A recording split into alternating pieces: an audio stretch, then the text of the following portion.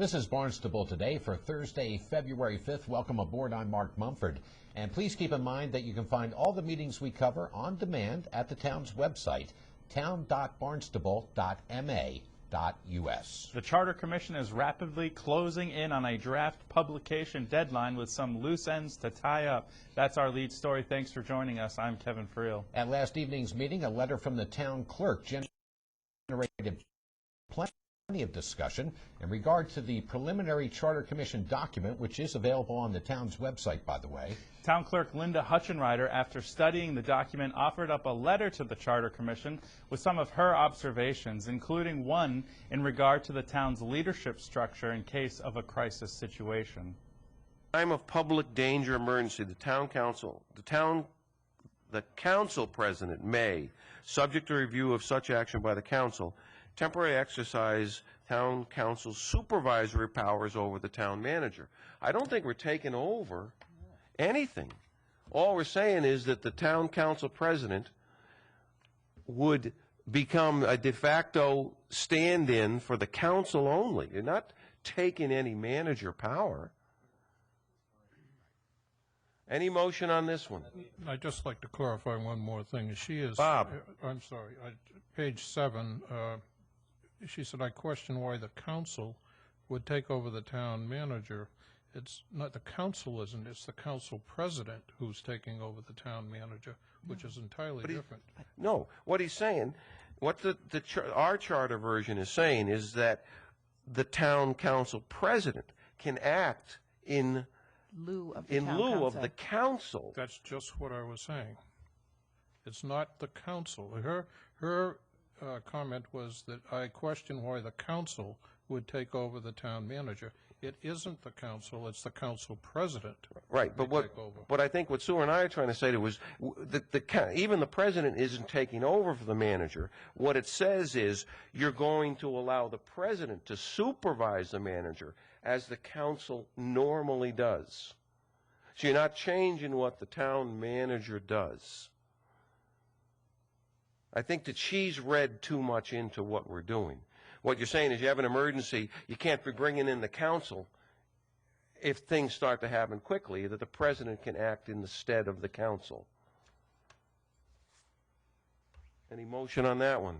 Sue? No, I just want to add a comment because I'm glad that we had this discussion because I found that section to be a little bit confusing, but I remembered what Steve had said last week about this coming into play if there was a really terrible emergency and the council, was decimated.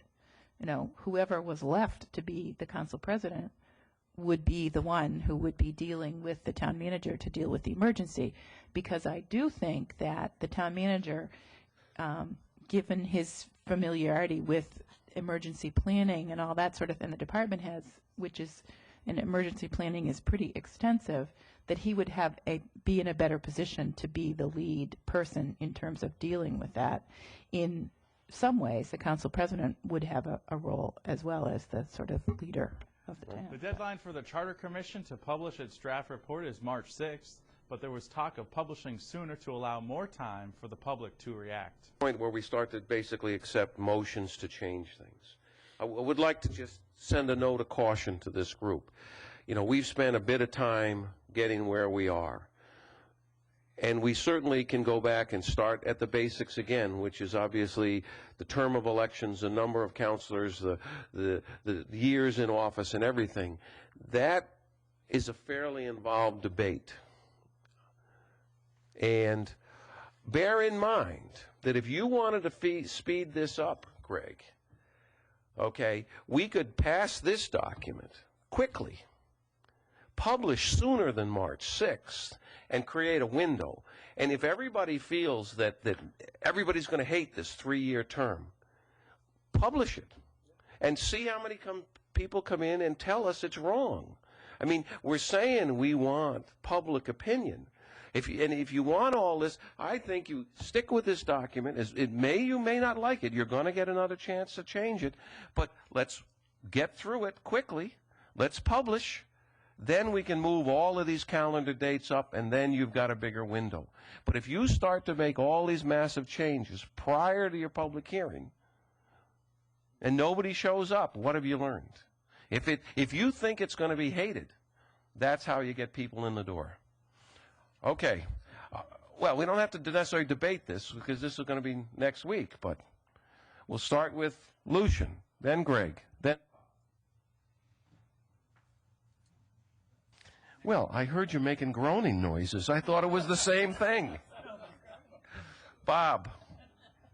Oh, I understand your philosophy. I don't agree with it. I think we put our best foot forward and we try to make the best document we can and then fine-tune it from there. But I do think, you know, like Sue said, you know, she has some reservations about the 3 years, and I know I do, and some other folks here. But I would rather see if we can work out as many of the bugs before the meeting and then just get, you know, fine-tune it from there. I don't see us doing a 180-degree turn on anything at this point. The Charter Commission will revisit the publication date issue at their meeting scheduled for next Thursday evening right here in Town Hall. Meanwhile, the ripple effects from the nearly 24 establishments punished as the result of a Barnstable police underage drinking sting are still being felt by the licensing authority. The punishments handed out were one-day license suspensions to be served this coming summer. However, there was at least one inn sanctioned along with the night spots. The licensing authority is looking for some discretion in how the suspensions are applied that would allow inns to keep functioning on a limited basis during their punishment periods. The inn holder, because I'm sure if we had a violation of one of our large motels, that we would kind of look at it differently than we look at violations at other restaurants, knowing that if we suspended their license, the inn holders come and bid all alcohol inn holders license, that their entire operation would be shut down.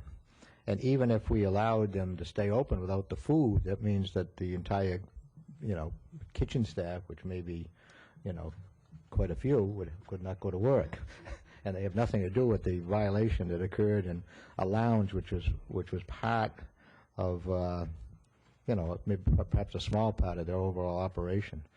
So I don't know if you could come up with a percentage of, you know, of your food compared to alcohol. That's a judgmental thing that we can do at the time of the hearing, the sanctions hearing.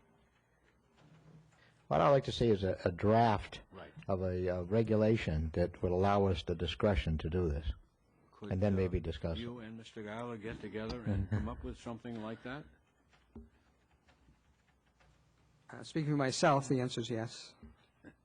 And then we could, Certainly could get together.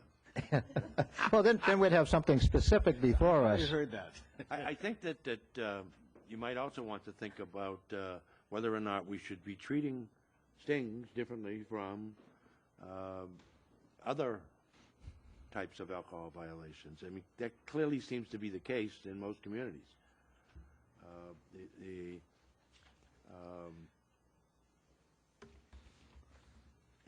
It just, in my observation, the system has worked for more than 30 years. The difference is the stakes.